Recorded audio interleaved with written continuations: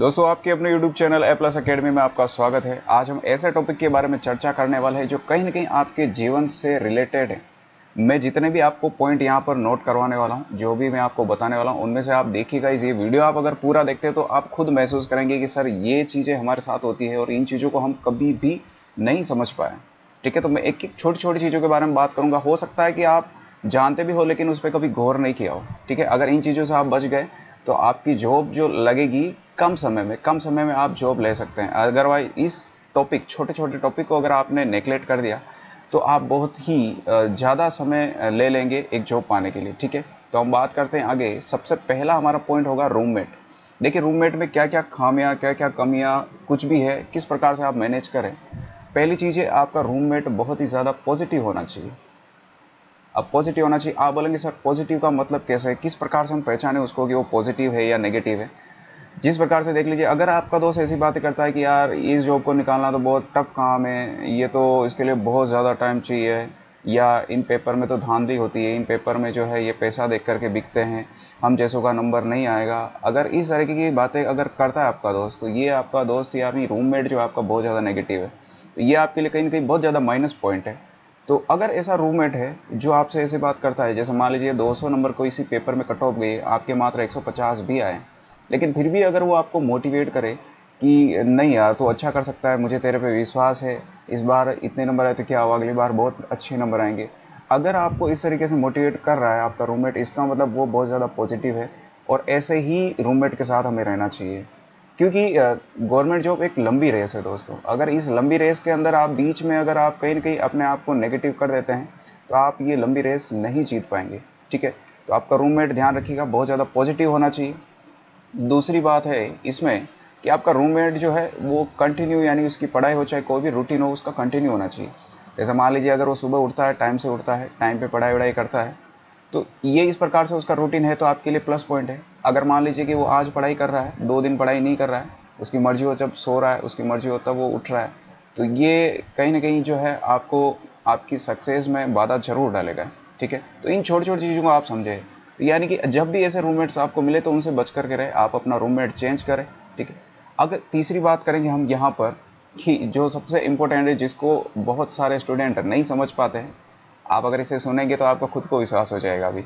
ठीक है, जैसे ये 2 रूममेट हैं, 2 रूममेट साथ में रह रहे हैं, 2 या 3 साल से साथ में रह रहे हैं, ना इसकी कोई गवर्नमेंट जॉब निकली है, ना इसकी कभी भी इन्होंने ना प्री ना मेंस कुछ भी गवर्नमेंट जॉब अगर पास नहीं करी है, फिर भी दोनों साथ में हैं। तो ऐसी स्थिति में इन दोनों को अलग होने में ही फ़ायदा है।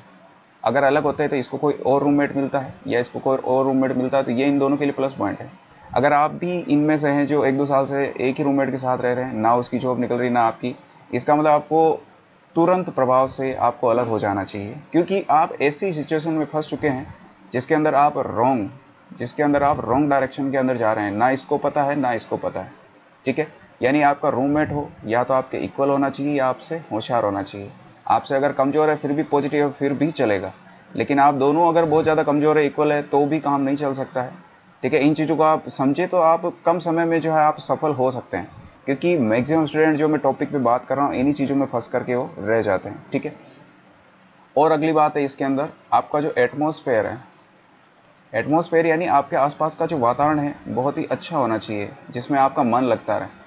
जैसे मान लीजिए कि आप 2 रूममेट और आपके रूममेट ने कोई एक पसंदीदा जगह चुनी है कमरा पे जहाँ पर रहने के लिए, और आप वहाँ पर रह रहे हैं, आपका मन कम लग रहा है उस मोहल्ले में, उस कमरे के अंदर, फिर भी आप रह रहे हैं, तो आपकी पढ़ाई में कहीं ना कहीं ये बाधा डालेगा। तो आप ऐसी जगह पर रहे जहाँ आपका मन लगता हो, ना कि आपके रूममेट का मन लगता हो उस जगह पर। तो इन छोटी छोटी चीज़ों को आप समझे। इसके बाद चलते हम जो बहुत ही इंपॉर्टेंट टॉपिक है कि अकेले लगातार कभी भी ना रहे। अकेले लगातार कभी भी ना रहे। अगर आप खुद अपने रूम में रहते हैं अकेले तो वो चल सकता है, लेकिन जैसे आप एक आध अपना एक अच्छा सा दोस्त बनाएं, उसे शाम को आप मिले 15 से 20 मिनट, तो ठीक रहेगा। अदरवाइज़ आप क्या है, डिप्रेशन में चले जाएंगे, क्योंकि लगातार जब आदमी अकेला रहता है तो डिप्रेशन में चला जाता है। क्योंकि आप अकेले रहेंगे तो आपके मन में बहुत सारे विचार आएंगे। अगर कोई नेगेटिव विचार आया है तो वो आप पे हैवी हो जाएगा अगर आप अकेले रहते हैं। लेकिन अगर आप इस अपने दोस्त से मिलेंगे तो उनसे कुछ बात बताएंगे तो वो वापस आपको जो है पॉजिटिव अगर रेस्पॉन्स देगा, तो इन चीज़ों से आप बच करके रह सकते हैं। और इस डिप्रेशन से बचने के लिए आप और क्या करें, अपने घर पर समय समय पर बात करते रहे मोबाइल से। बहुत से स्टूडेंट होते हैं महीने महीने भर 15 दिन तक बात नहीं करते, तो ये कहीं ना कहीं डिप्रेशन के ही शिकार होते हैं। तो ये आपके जो है स्कोर में कहीं ना कहीं बाधा डालते हैं आपके गवर्नमेंट जॉब के अच्छे स्कोर में। तो इन चीज़ों से आप बचें, इन चीज़ों को बिल्कुल नोटिस करें। अब घर पर आप अपने मम्मी पापा से बात कर सकते हैं, अपने छोटे भाई बहन से बात कर सकते हैं, अपने दादा दादी से बात कर सकते हैं, जिनसे आप कंफर्टेबल हो उनसे आप बात करें समय समय पर। ठीक है, तो ये आपके कहीं ना कहीं सक्सेस के अंदर बहुत ही पॉजिटिव काम करने वाली चीज़ें हैं। इसके बाद समझते हैं हम दूसरा, इसके अंदर देखिए मनी प्रॉब्लम। दूसरा इंपॉर्टेंट आ जाता है मनी। अब पैसे के अंदर क्या हो सकता है, दो तरीके के यहीं पे भी होते हैं बच्चे, जिनके पास या तो पैसा हो सकता है, जिनके पास नहीं हो सकता है। तो अगर आपके घर में पैसा भी है तो आप उसे समय समय पर मांगे अपने मम्मी पापा से। अगर आप समय समय पर नहीं मांग रहे हैं, इसका मतलब है कि आप अगर कंजूसी करें, कंजूसी का मतलब यूँ हो सकता है कि आपको लगता है कि यार पापा से मांगूंगा शर्म आएगी, तो मेरा तो ही मानना है आप गवर्नमेंट जॉब की तैयारी करनी छोड़ दें। क्योंकि जब आप पैसा नहीं मांग सकते हैं, इसका मतलब आप इन्हीं चीज़ों में फंसे रहेंगे कि आज मांगू पैसे या 2 दिन बाद मांगू, मेरे पास पैसे ख़त्म हो गए तो 2 दिन ऐसे एडजस्ट कर लेता हूँ। तो आप इन चीज़ों में फंस करके रह जाएंगे, तो आपका जो टारगेट है पढ़ाई का वो कभी पूरा होगा ही नहीं। तो इसीलिए अगर आपके पास घर पे पर्याप्त पैसे हैं तो आप बिल्कुल बेहिचक होकर के आप उनसे पैसा मांग लीजिए। जिनके पास पैसा नहीं है वो बड़े शहरों में रहने से बचे, छोटे छोटे शहरों में रहें, अपने आसपास के शहरों में रहें। और लगता है घर से बिल्कुल भी सर पैसा नहीं आ सकता है, तो पास की एक कोचिंग ज्वाइन कर ले। कोचिंग ज्वाइन करने पे जो आपको अच्छा सब्जेक्ट लगता है, जो आप पे कमांड अच्छी है आपकी, उनमें से आप 1 घंटा वहाँ पर पढ़ाएं। 1 घंटे के लगभग जो है 150 से 200 रुपये दे देते हैं एक नॉर्मल सिटी के अंदर। तो यानी कि आपसे 5,000 से 6,000 आपका जो है खर्चा उससे निकल जाएगा, घर से पैसे मंगाने की ज़रूरत भी नहीं रहेगी। इसलिए जो एवरेज बच्चा है, यानी कि जिसकी घर की कंडीशन अच्छी नहीं, मेरा तो ये मानना है कि वो छोटी जगह पर रहे, जैसे जयपुर जोधपुर हो गए। इतनी बड़ी बड़ी लग्जरी सिटी रहने की कोई ज़रूरत नहीं है, क्योंकि आप वहाँ पर रह करके जो है पैसा लगा देंगे 1 लाख 1.5 लाख रुपया, जो कि आपके परिवार इतना आपके लिए वहन नहीं कर सकता है। तो इन चीज़ों से आप बिल्कुल बचें। अगर आप ऐसे इस जगह पर आप 5-6 महीने के अंदर ही अगर 50-60 हज़ार रुपये जो है लगा करके आ जाते हैं, तो सारे पैसे ख़त्म हो जाने के बाद फिर आप पढ़ाई छोड़ देंगे, डिप्रेशन में आ जाएंगे कि सर पैसा ही ख़त्म हो गया है। तो ये चीज़ों पे कहीं न कहीं आप नोटिस करें और पहले से ही तुरंत प्रभाव से ऐसी चीज़ों पे आप डिसीजन ज़रूर लें। ठीक है, इसके बाद चलते हैं हम यहाँ पर सिलेबस के बारे में। अगर आप किसी भी जॉब की तैयारी कर रहे हैं, किसी भी, जैसे आप कांस्टेबल हो गया, पटवारी हो गया, वीडियो हो गया, जो भी आपको लगता है, उसका एक तो सबसे पहले सिलेबस देख लेना बहुत ज़रूरी है। सिलेबस देखने का मतलब सिर्फ उसको देखना नहीं, कम से कम उसको 3 से 4 घंटे तक उसके बारे में आप डिस्कस करें खुद से, सेल्फ, कि मुझे कहाँ से क्या पढ़ना है, मेरा कौन सा सब्जेक्ट कमज़ोर है, कैसे क्या है। अगर इन चीज़ों पर आप बहुत अच्छे से तैयारी करते हैं, समझते हैं, तो उस एग्ज़ाम को आप कम समय में भी निकालेंगे। अगर आपको सिलेबस का पूरा ज्ञान ही नहीं है कि किससे कितना वेटेज है, मेरा कौन सा पोर्शन कमज़ोर है, कितना महत्वपूर्ण है, तो ये फिर आपके लिए कहीं न कहीं बाधा बनने वाला है। तो सिलेबस को बहुत अच्छे से समझें। और इसके बाद है एक बुक्स, ठीक है ना, बुक्स। बुक्स जो है मैं देखता हूँ बहुत सारे मेरे फ्रेंड्स हैं, मैं उनके रूम पे जाता हूँ, तो जैसे मान लीजिए कि राजस्थान हिस्ट्री है, तो राजस्थान हिस्ट्री की मैं देखता हूँ इसके पास कम से कम 5 से 6 बुक्स पढ़ी है और 5 से 6 प्रकार के उसके पास नोट्स पढ़े हैं। फिर भी उसका स्कोर जो है राजस्थान जी के में अच्छा नहीं। तो ऐसी स्थिति से आप बिल्कुल बचें, किताबों का ढेर ना लगाएं, कम किताबें रखें और अच्छी किताबें रखें। राजस्थान हिस्ट्री की जैसे एक अच्छी बुक रख ली आपने, स्टैंडर्ड बुक रख ली, एक स्टैंडर्ड नोट्स रख लिए किसी से अच्छे टीचर के। यही दो ही चीज़ें आपके लिए काफ़ी, इन्हीं को आप बार बार पढ़ते रहें, यही फ़ायदा करने वाला है दोस्तों। आप अलग अलग बुक पढ़ते हैं, कभी भी आप ग्रोथ नहीं कर सकते हैं। 2 बुक पढ़िए, आप अच्छे से पढ़िए। मान लीजिए कि राजस्थान हिस्ट्री से 50 क्वेश्चन आते हैं किसी पेपर के अंदर, आपने बार बार यही बुकें पढ़िए, आपको सब कुछ इसमें से याद हो गया, तो कम से कम 50 में से 40 नंबर तो आ ही जाएंगे ना। मान लीजिए कि 10 क्वेश्चन ऐसे हैं जो इन दोनों बुक्स में नहीं है, लेकिन 40 तो आ ही जाएंगे। तो ये चीज़ें फ़ायदा करती हैं, इन चीज़ों को समझें आप। 50 में से 50 की आप ना सोचें, आप 50 में से 50 की सोच के चलते और इन सब चीज़ों का शिकार हो जाते हैं कि 5-6 बुक्स 5-6 नोट्स लेकर के आते हैं ना, तो 50 में से 50 आते हैं, 50 में से उसके नंबर आते हैं 25 से 30। क्यों? क्योंकि सब अलग अलग चीज़ें पढ़ रहा है, कभी किसी के बारे में कुछ चीज़ें अलग दी हुई, किसमें अलग दी हुई। अब एक बुक को आपने पढ़ लिया, उस बुक को आपने जो है वापस 1 साल बाद पढ़ा है। क्यों? क्योंकि आपके पास 5-6 बुक्स है अलग अलग।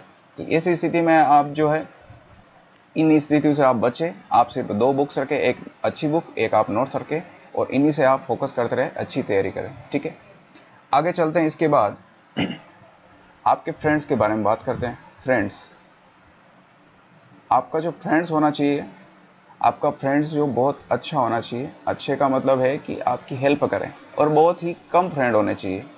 आप कहीं पे तैयारी कर रहे हो और आपने जो है 5-10 फ्रेंड्स बना लिए हैं, आप रोज़ वो बर्थडे मना रहे हैं, अपने पार्टी कर रहे हैं, तो ये स्थिति आपके लिए बहुत गंभीर होने वाली है। क्योंकि 5-6 अगर दोस्त हो गए या 5-10 दोस्त हो गए, किसी न किसी का आज बर्थडे है, किसी की आज एनिवर्सरी है, कोई शादीशुदा है, तो ये सारी चीज़ें में आप फंस करके रह जाएंगे, तो अपनी पढ़ाई पे जो है टारगेट नहीं कर पाएंगे। तो मेरा ये मानना, 1 या 2 दोस्त रखें, अच्छे दोस्त रखें जो पॉजिटिव हो, और पढ़ाई करते रहो टाइम टू टाइम। अब वो जब भी बैठे आपके सामने तो पढ़ाई की बातें करें, अच्छा अच्छा माहौल रखें। कुल मिला के उसके साथ बैठने पर आपको ऐसा महसूस ना हो कि यार पढ़ाई से कुछ अदर बात कर रहा है। अगर इस तरह के आपके फ्रेंड हैं, उन्हीं के साथ आप रहें। मैंने पहले ही बता दिया है, अच्छे दोस्त रखें, कम दोस्त रखें। अगर आप ज़्यादा दोस्त वहाँ बना लेंगे तो ये कहीं ना कहीं आपके लिए गंभीर स्थिति होने वाली है। ठीक है, इसके बाद चलते हम अगला जो पॉइंट है जिनसे आप उलझ करके रहते हैं। आपके रूममेट जो है या आपका जो फ्रेंड्स है, उसका कुछ भी आदत हो, उसकी हैबिट्स हो, उस पर हमें फोकस नहीं करना है। जैसे मान लीजिए कि रूममेट्स है, अगर आप खाना बनाते हैं कहीं साथ में, उसका खाना बनाने का तरीका अलग हो सकता है, आपका अलग हो सकता है। उसके कपड़े धोने का तरीका आपका अलग हो सकता है, उसके सोने का तरीका अलग हो सकता है, आपका अलग हो सकता है। तो देखिए, सब अलग अलग फैमिली बैकग्राउंड से आते हैं, तो सब चीज़ें अलग होती है। तो इन चीज़ों पर आप बिल्कुल भी फोकस ना करें, इग्नोर करें इन सब चीज़ों को। उसका जो तरीका है उसको उसके हिसाब से रहने दीजिए, आपका जो तरीका है आप उस हिसाब से रहिए। ठीक है, तो अगर आप इन चीज़ों में उलझ गए कि ये कैसे खाता है, कैसे उड़ता है, यार ये तो ये पागल है, इसको कुछ नहीं आता है, यूँ है यूँ, इन्हीं चीज़ों में उलझ करके रह जाएंगे, तो फिर से आप अपनी पढ़ाई पे फोकस नहीं कर पाएंगे। तो ये जितने भी पॉइंट्स मैं बता रहा हूँ, शायद यूट्यूब पे कोई ऐसे पॉइंट्स के बारे में डिस्कस नहीं करेगा, क्योंकि ये पॉइंट्स हमारे साथ होते हैं ऐसे, लेकिन हम कभी इसके बारे में कभी गौर करके खुल करके सोचते भी नहीं है, ना किसी से हम डिस्कस करते हैं, और उलझ करके रह जाते हैं, और कहीं ना कहीं हम जो है इन लंबे समय का जो है गवर्नमेंट जॉब में शिकार हो जाते हैं। ठीक है, इसके बाद जो है लास्ट में 1-2 चीज़ों के बारे में डिस्कस करने वाला हूँ आपके। अगला जो आपके होने वाला है मॉक टेस्ट। मॉक टेस्ट यानी कि मॉक टेस्ट देने से पहले जो आपने पढ़ाई कर रखी है, तो जो आप सिलेबस आपने देखा है, सिलेबस देखने के बाद जिसकी भी आप तैयारी कर रहे हैं, एक बार उसका पुराना पेपर जरूर देखें। पुराना पेपर चाहे वो 2-3 साल अलग अलग प्रकार से आए हुए हैं, उन सारे पेपर को एक बार देखें आप। आपको उसको सोल्व नहीं करना है, आप उनमें प्रश्न को सिर्फ पढ़ ले। पढ़ने से आपको एक नॉलेज हो जाएगा बेसिक कि प्रश्न किस तरीके के आते हैं और मुझे किस तरीके की तैयारी करनी। आप अगर पुराने पेपर नहीं पढ़ रहे और किसी गवर्नमेंट जॉब की प्रिपरेशन कर रहे हैं, जैसे पटवारी की आप तैयारी कर रहे हो और पटवारी के पेपर आपने अगर पहले से नहीं पढ़े, तो ये आपके लिए बहुत बड़ी गलती है। तो किसी भी जॉब की तैयारी करो, उसके पुराने पेपर आप जरूर पढ़ें, किस तरीके के क्वेश्चन आते हैं, किस लेवल के क्वेश्चन आते हैं। ये पढ़ने के बाद जब भी आप बहुत अच्छे से तैयारी कर लेते हो, तो मॉक टेस्ट जरूर देवें। मॉक टेस्ट क्या होता है, आपको लगता है कि सर मेरा कम स्कोर आ गया तो क्या पता मैं जो है डर जाऊंगा, या बहुत सारे तो डर के मारे ही मॉक टेस्ट देते ही नहीं। तो टेस्ट आपको देना चाहिए, टेस्ट से आपकी कमियां पता चलती है। मान लीजिए कि मॉक टेस्ट दिया और आपके नंबर कम आए, तो क्या फ़र्क पड़ रहा है, खुद के पास रखिए, किसी और से शेयर मत कीजिए, आपके रूममेट से। और आपकी जो कमी रही, आपको लगता है बार बार इसी टॉपिक से मेरे जो है क्वेश्चन बार गलत होता है, तो आप सिर्फ उन्हीं टॉपिक को पढ़ें। आप क्या कर लेते हैं कि जो टॉपिक आपको अच्छा लगता है उसको तो बार बार पढ़ते रहते हैं, और जो टॉपिक जो आपको लगता है टफ है, इसको हाथ भी नहीं लगाते। तो ऐसा नहीं, जो टॉपिक आपके क्लियर हो चुका है उससे आपके क्वेश्चन अब गलत नहीं होंगे, वो आपके जो है प्योर जो है आपके दिमाग में सेट हो चुका है। तो अब ऐसी चीज़ों पर फोकस करें जो आपको कम आती है, यही आपका स्कोर बढ़ाएगी। अदरवाइज जो आप उसी जगह पर रह जाएंगे। जैसे आप हर बार टेस्ट दे रहे हैं, 100 में से मान लीजिए आपके 70 नंबर आते हैं, फिर अगली बार दे रहे हैं, 10-15 टेस्ट दिए, 70 से बढ़ ही नहीं रहे। इसका मतलब है आप उन पेपर को एनालिसिस करें कि आपका कौन सा टॉपिक कमजोर है, उसी पर फोकस करें। जो आपको अच्छा आता है उसको छोड़ दे उस टाइम के लिए। ठीक है, यहाँ तक बात हो गई। अब एक फाइनल बात करना चाहता हूँ यहाँ पर, कि अगर आपकी तैयारी अच्छी है, आप अगर तैयारी अच्छी करते हैं, आपने अच्छी मेहनत कर रखी, तो एग्ज़ाम जो डेट है आपकी, एग्ज़ाम डेट उससे 1 महीने पहले जम करके पढ़ाई करें। आप जम करके पढ़ाई करें। अगर आप पढ़ाई जम करके करते हैं दोस्तों, तो ये आपके लिए कम से कम मान के चलिएगा, आपका जो दिमाग है, ये दिमाग जिस तरीके से अगर मान लीजिए 1 की स्पीड पे चल रहा है, और अगर एग्ज़ाम डेट है और 1 महीने पहले से आप पढ़ रहे हैं, तो ये आपका दिमाग 10 की स्पीड पे चलेगा। तो जितना आप इस महीने के अंदर, लास्ट महीने के अंदर पढ़ पाए, उतना पढ़ लीजिए। बहुत सारे स्टूडेंट यहाँ पर डिमोटिवेट हो जाते हैं कि यार मैंने ठीक से पढ़ाई नहीं करी, मैं अब क्या पढ़ूँ, इतने में से क्या होगा, इतने दिन ही मेरे से कम पढ़ाई हुई है, तो अब क्या हो जाएगा, अब क्या उखाड़ लूँगा मैं। ऐसे बिल्कुल नहीं सोचना है। आप कोशिश करें 1 महीना फुल दे अपने आप को, जितना दे सकते हैं आप। ये आपका बहुत तगड़ा स्कोर जो है बढ़ा देगा। तो डिप्रेशन में बिल्कुल ना जाए, नेगेटिव बिल्कुल ना सोचे, पॉजिटिव सोचे रहे, पॉजिटिव माहौल के अंदर रहे, पॉजिटिव अपने दोस्त बनाए, पॉजिटिव सभी से बातें करें। कोई अगर नेगेटिविटी आपको लगता है कि इस दोस्त के अंदर है या इस किसी भी स्टूडेंट के अंदर है, आप उनसे दूर रहे, बच करके रहे, उन्हें इग्नोर करना सीखिए। क्योंकि यह रेस ऐसी है दोस्तों कि इसे आप खुद को लड़ना पड़ता है। आप अगर इमोशंस में बह गए, यहाँ पर इमोशंस में बह गए तो कुछ नहीं होने वाला आपका। ये रेस है, खुद को ही लड़नी पड़ेगी, खुद को यहाँ पर बाजी जीतनी पड़ेगी। तो जितना आप यहाँ पर अकेले चल सकते हैं आप अकेले चले।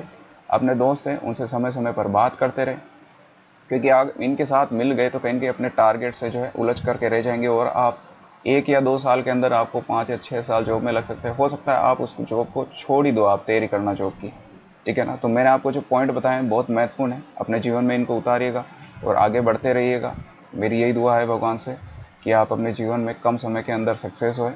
जितने पॉइंट्स बताए इनको हमेशा दिमाग में रखें। और भी आपको कुछ लगता है कि सर मेरे ये परेशानी है, तो आप मुझे कमेंट बॉक्स के अंदर आप साझा करें मेरे से, मैं उनका सॉल्यूशन का उसका जवाब आपको ज़रूर दूंगा। इसी के साथ मिलेंगे हम नए वीडियो में। जय हिंद, जय भारत।